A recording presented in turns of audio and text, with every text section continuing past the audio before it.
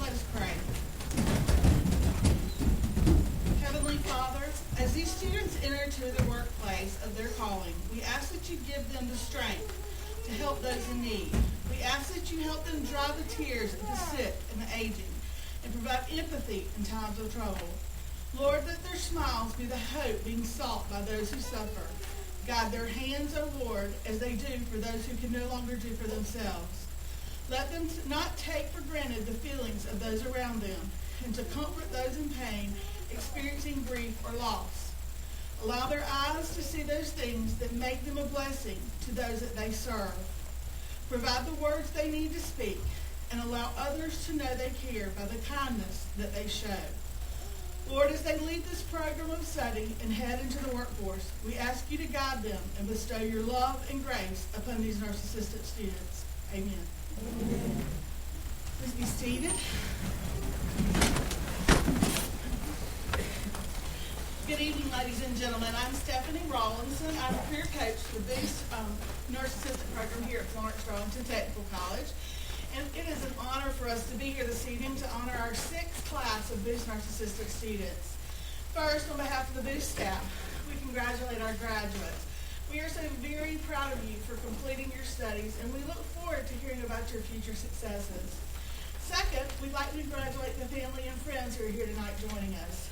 It was you that supported them and gave them the love and help that they needed to get to where they are today. And we celebrate you. I would like to introduce you to our dais this evening. First, let me say Dr. Dillard would normally be here. He and Dr. Tawari, who is our vice president. President Dillard actually had to be called out for another event this evening, and Dr. Tawari had a previous engagement. So please forgive them, but they do send you their best, their regards, and their congratulations on your completing of your program. Next, we have Associate Vice President for Health Sciences, Ms. Maureen Deaver-Bumba, Mr. Lee Doherty, who is our Boost Program Director, Ms. Tiffany Dorsey, who is our Boost Recruiter, and Dr. Annie Ruth Grant, who is our Nursing Students Instructor. I would like to give Ms. Bumba the opportunity, if she would like to address the graduates and welcome our guests.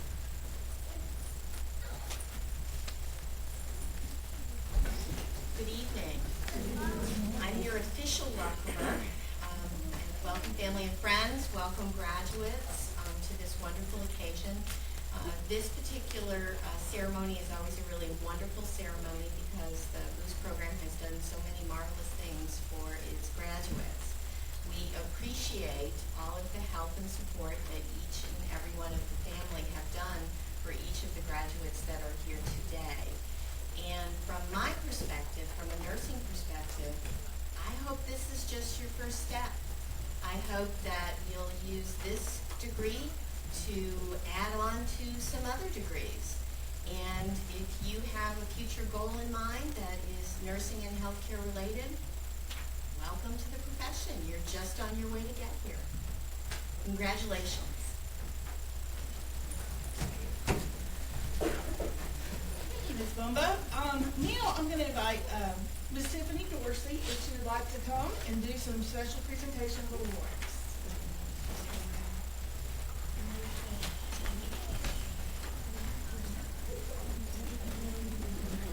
Good evening. Our first award tonight is the Outstanding Student Award. The Outstanding Student Award is given to the graduating student from the nursing assistant class who has demonstrated perseverance through adversity. This student has shown tremendous resilience when faced with significant challenges, whether academic, financial, or personal, and has overcome obstacles through determination. This award recipient is selected by the nursing instructor. The recipient from this graduating class for the Outstanding Student Award is Ms. Gabriella Tui Smith.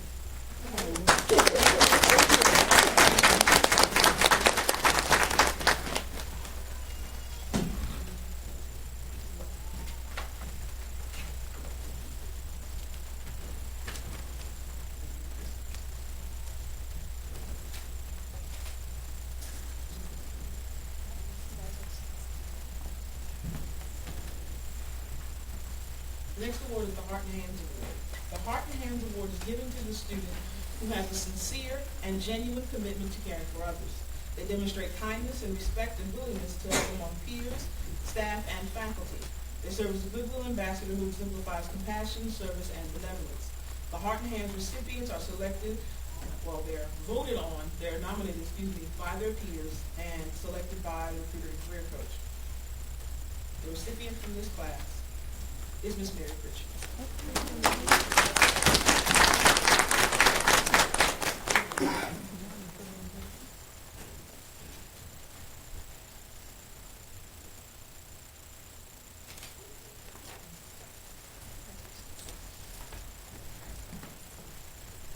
We also have the Outstanding Graduate Award. Our graduate is not able to be here this evening. It is given to a graduate who has shown excellence after having left the program.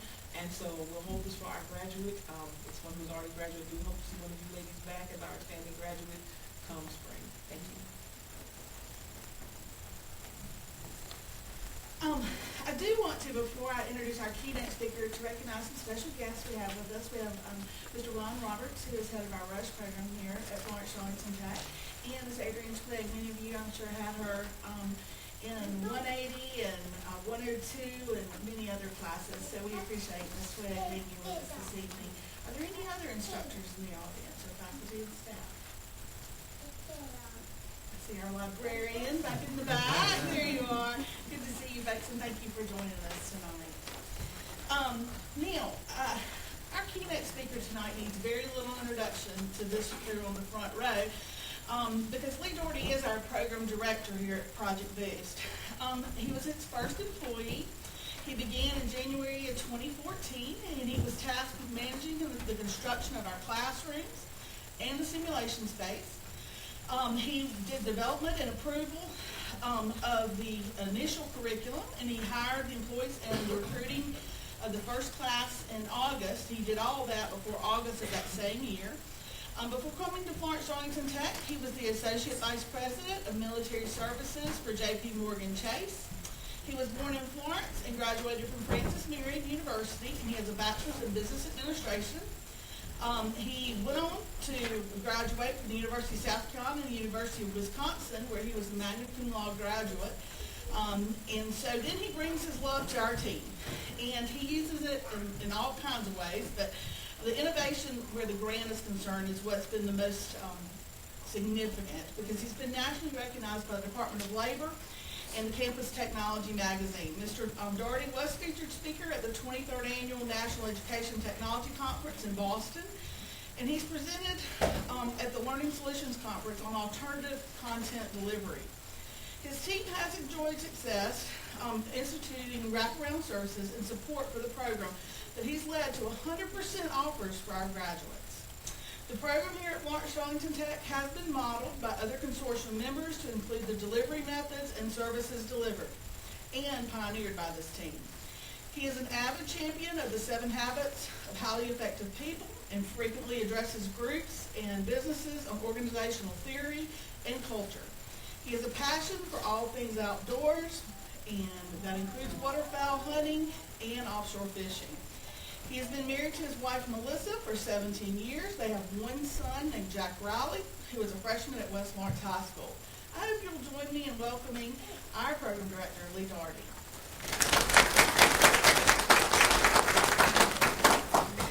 Always helps when you get to write your own introduction. It makes it sound better. So I appreciate that. Hey, ladies, how y'all doing tonight? So do you remember, I guess it was back in May, when we first had our orientation before the summer started, we had a chance to speak to one another and tell you some goals and congratulate you for the step that you've made to be in there.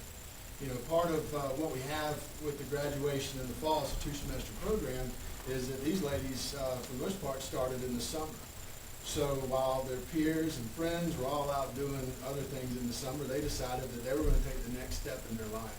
And so they gave up that summer to do that. Could have very well just waited to the fall to do it, but they decided they're ready to make that step in.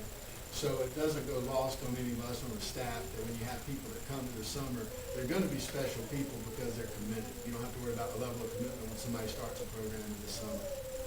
Part of what we talked about at the orientation when you first came in was talk about that first step, being proactive. I'm a big fan of the 7 Habits of Highly Effective People. 7 Habits of Highly Effective People is not 7 habits of highly wealthy people or highly good-looking people. It's effective people, people that are effective in all walks of life. Dr. Covey decided he was going to go out one day and figured out what made people effective. And he found these 7 traits common to each one. So I told the ladies at the time, I said, the number 1, the first habit, is being proactive. Being proactive means a lot of things to a lot of people, but in our case, it simply means that you get to choose your response. You get to choose what you're going to do.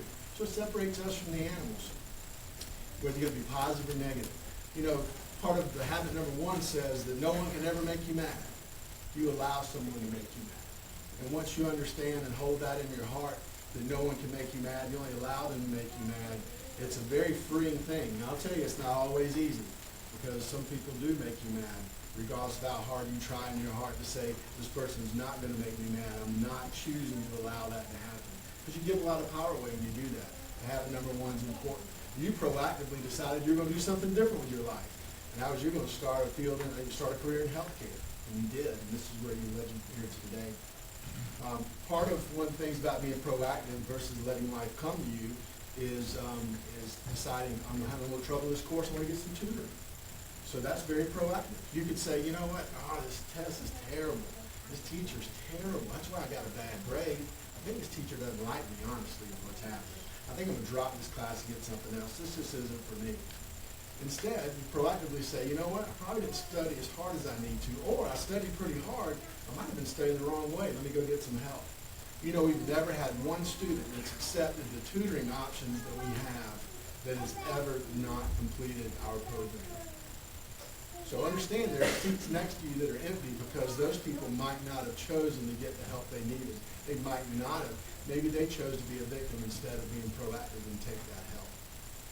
Habit number 2, if you remember I talked to you about then, is begin with the end in mind. You know, there's a quote from Alice in Wonderland that said, if you don't know where you're going, take any road you get there. And I told you that, hey, the good thing about this program is it's only 2 semesters. You begin with end in mind. I told you that in 2 semesters, I'm going to tell you exactly where you're going to be. You're going to be getting a certificate, and you're going to be going out there and choosing which job you're going to have. What are you going to do? Are you going to work long-term care? You're going to work in a hospital. What are you going to do? Continue your studies. Maybe you're not going to go to work at all. Maybe you're going to come back and start stacking things right on top of your credential that you're getting right now. I'm so excited that you're doing it. I know I've talked to many of you and know what you're doing in the spring, and it just excites me to no end. But that's the amazing thing is that you want to get somewhere. You knew where you're going to start. You started, and now it's over. I know it seemed like a long 2 semesters. When you get as old as I am, Christmas really does come fast. I know I've told you that all your life, but days and weeks turn into months, and then all of a sudden it's Christmas time again. Habit number 3, I told you then, and I'll tell you now, is putting first things first. You have to put things in order. What are you going to do? We gave you a plan. We gave you a roadmap. Remember the flow chart we gave you? So here, take this, then you take this, then you're going to do this. And you're going to, once you finish here, you're going to do something else as a roadmap to that. Putting first things first is really important. You know, one of the things that we like to say about putting first things first is that one of the things you have to do to put first things first is you have to learn how to say no to other things. You have to learn how to say no because when you figure out what's important, everything can't be the most important. You have to move those things out of your life. You have to decide that I'm going to go to school in the summer instead of, doing everything else that could be fun to do in the summer. So you put those first things first, and that's amazing. So you've already got 3 of the 7 habits out of the way, and I hope you continue those throughout your career and life because they'll really serve you well. I didn't say that. Dr. Covey said that. I mean, it's really turned my life around to be able to understand those 3 things as well. Those are all private things that you do. Those are private victories for you. Now, the next 3 habits are very public habits that you're going to have to do and you have to learn to work with. Habit number 4 is called win-win. Well, win-win is simply that, is that you're going to win and the people you're dealing with are going to win at the same time. Oftentimes we get caught up in thinking that they're going to be one winner, one loser, and if you're a football fan, there's going to be one person that wins at the end of the game. Well, life's not really like that. In your career, especially in healthcare, your best day might very well be someone else's best day too. It's great. It's a win-win. Sometimes it's win-lose. Sometimes you're going to have a kind of a rough day because you're going to help somebody that's really sick, and they're going to be better at the end of that day. You might be extra tired before it and say, oh, this was a tiring day. I've been on my feet for 14 hours because the person was supposed to relieve me came in late and, whatever. I'm doing all this. But that's okay. That's a win-lose. But seek that win-win. Maybe on the way home you turn that win-lose into, you know what, it was a win-win. I've really helped somebody today. And that's the reason why I got in this business in the first place. Seek that win-win in everything you do. Life is not a zero-sum game. There doesn't have to be losers when it wins. Everybody can win. Happiness is not a scarcity. In economics, I'm a businessman. In economics, everything is scarce. Scarce supply, scarce demand, scarce amount of money, scarce amount of time. But happiness is an abundant supply. Happiness is one of those few things that you can give away and still get to keep. In fact, the more you give away, the more you have. Good attitude, same thing. You give away a good attitude. You tell somebody they look good today, and it's going to make you feel better, and it'll make that person feel better the rest of the day. In long-term care, which some of you may end up in long-term care if you decide to go long-term care, we've talked about it before, is that the person that you're speaking with, the best medicine they may get all day is talking to you. I mean, think about it. Because unfortunately, long-term care, for the most part, a lot of those patients, they're never going home. Whereas in a hospital setting, people go there, they get better, and they go home. You fix them, and they go home. Long-term care, it's not about fixing, it's about taking care of people and making sure their quality of life is up there. So seek that win-win, but also understand, give that love away, give that happiness away, give that smile away. You'll get it back, I promise. You won't lose a thing in that transaction. Habit number 5 is seek first to understand and then be understood. I'm not going to lie to you, this is the toughest one. This is absolutely the toughest one. There's a quote that says, if you find a fence in the middle of the woods, before you tear it down, you need to find out who built that fence and ask them why they built it. Right? Well, it's tough. Sometimes you get mad and there's an obstacle in your way and you just want to move it over. Sometimes somebody tells you something or you hear something and it's a little bit twisted and you get mad about it, You leave your proactive self behind and say, you know what, I'm going to go, doggone, I'm going to fix this right now without doing your investigation, without seeking first to understand. I heard she said this about you. Really? Are you serious? I've had enough of her. I'm straightening this out right now. In fact, I'm going to fire off an email. I'm going to leave a message on her voice. I'm going to text her right now. Instead of saying, you know what, that really doesn't sound like her, I think I'm going to find out a little more before I send that text out. I can't tell you how many emails that I write and then don't send until the next day. And then sometimes the next day, I don't send it at all. Or I'm fortunate that I have an English major on my staff, Ms. Dorsey, so I can fire off a really heavy email And before I send it, I'll send it to her to fix. And she'll say, this is one you probably don't need to fix, you probably just don't need to send. Or let me change a few things and we'll send it out and let's go. Seek first to understand and then be understood. Be clear. Speak clearly to people. You know, you're in the medical profession. You've heard all your life, hey, relax, it's not like it's a matter of life and death. Yeah, it is a matter of life and death in your jobs. And you're in a new career now, it's a matter of life and death in many times. You give the wrong medication, that's a problem. You find someone doesn't get their medication, that's a problem as well. So understand, you want to make sure if something doesn't look right, seek first to understand and then be understood.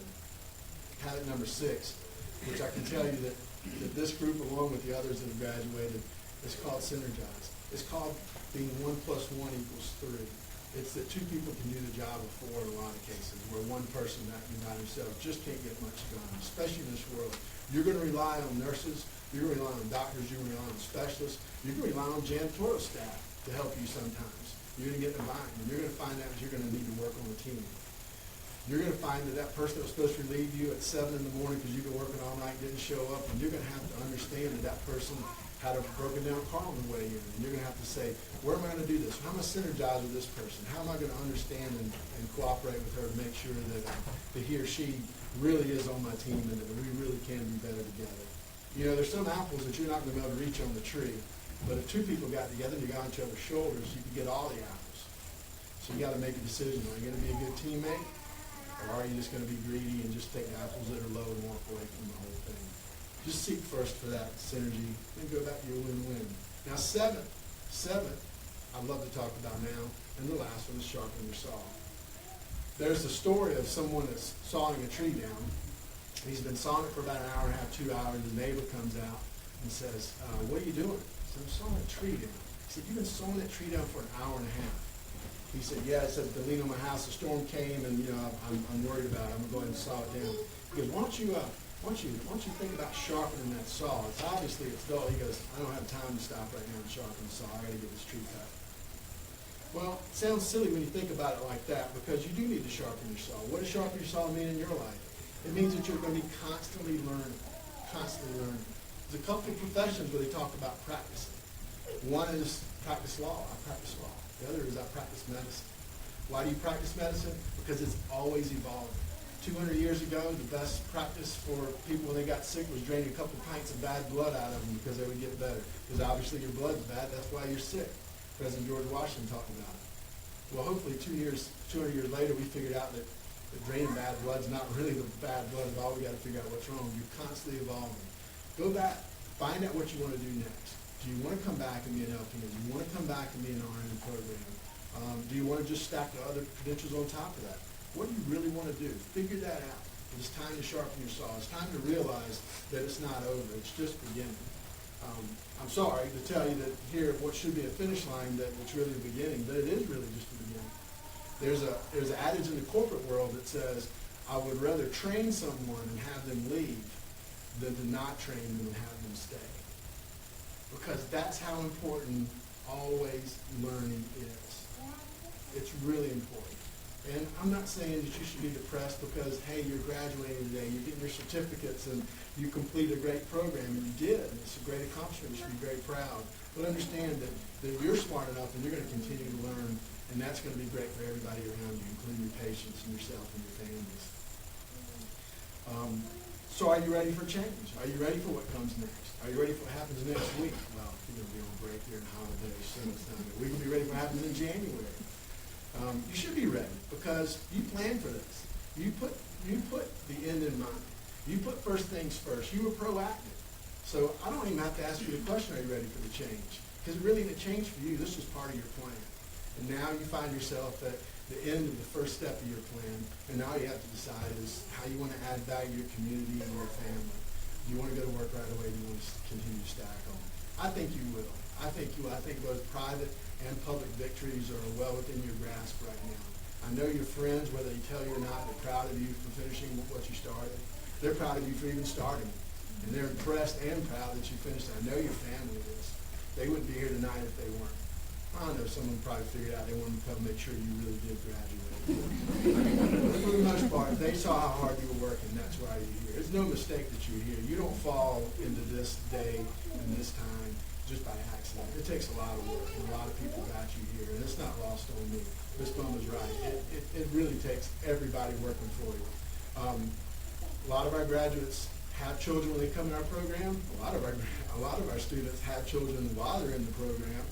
And some of them actually had to drop out to have a child, and they're coming back. We have a student coming back in the spring that had twins, had to drop out this semester so they could have twins. So we understand life gets in the way, but y'all somehow forged through life getting in the way to make what we are today, and you should be very, very proud. One of the things that I'll leave you with is that this program is special to me. It should be special to you. You represent us. You're our product now. You're our product as you walk into the PD area. And there are 3 major healthcare organizations that have pay scales that have the name of this program on it because of the hard work that the people that came before you did and the hard work that you're going to do. Those people that came before you, those alumni of this program, worked so hard and proved themselves so well that now employers are agreeing and are willing to pay more because they know the product they're going to get. So don't disappoint the next crowd that's going to come through. Don't go out there and disappoint. Make sure to keep raising that bar. Our first round graduates, they got about, $8 or $9 an hour, and some of our most recent graduates got over $12 an hour. So it depends on where you want to be and what discipline you want to be in and what hours you want to work and things like that. But just understand that you're part of this program now, and you're going to carry our banner out into the world. And I think you're going to do a fine job. I'll leave you with one thing, other than my sincere thanks. And I've had a great time knowing all these young ladies. We only have ladies this time. I promise you we do have some guys every now and then. But this time we were lucky we only had ladies. Is that something I think is in my heart, especially when you're touching people every day. I'm not in the healthcare profession. I've never made someone better, but I've made someone feel better. And I'll leave you with this. It says most people will never remember what you did for them, but all will remember how you made them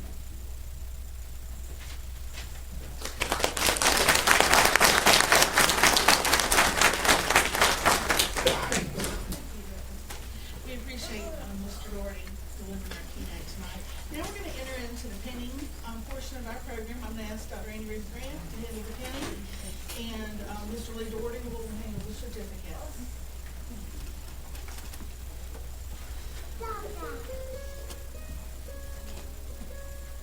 Students, will you please stand? And as I call your name, please come on the stage and receive your pin and your completion certificate. Our first graduate is Lontavia Courtney Hanlon.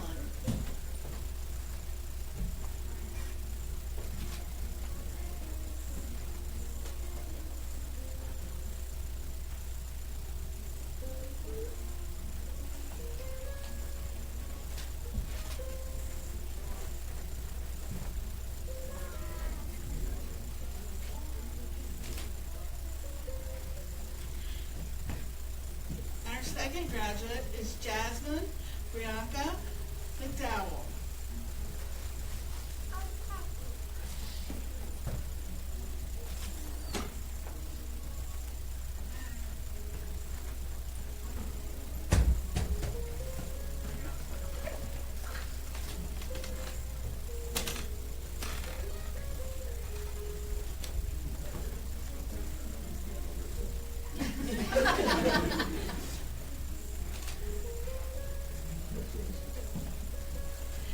Dahlia Monet Muldrow.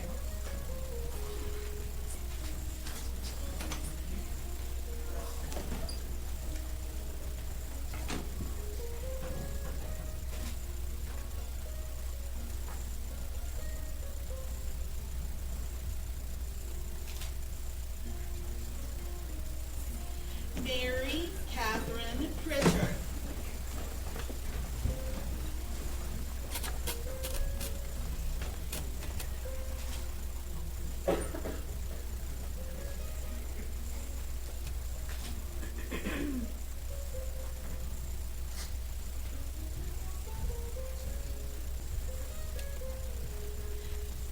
Gabriella Therese Smith.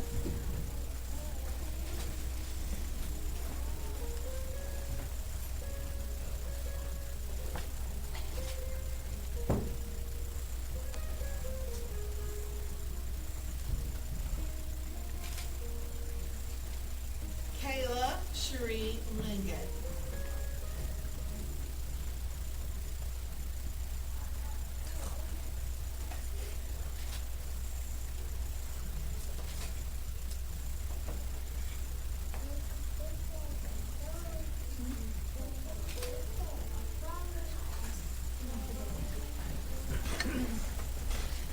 The nurse assisting students will now stand together, turn to face the audience, and recite the nurse assistant's pledge.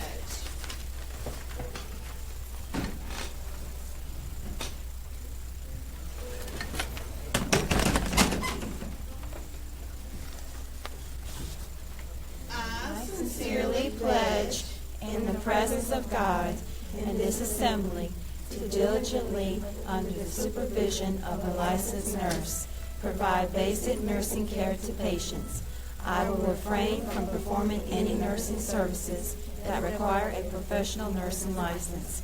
I will do all within my power to maintain and elevate the standards of nurses' aid healthcare practices. I will hold in confidence all patients' information committed to my keeping. With commitment, I will endeavor to aid the nurses in their work and devote myself to the welfare of those patients committed to my care. Ladies and gentlemen, let me present to you the Fall 2016 Nurse Assistant Class of Marshall Technical College.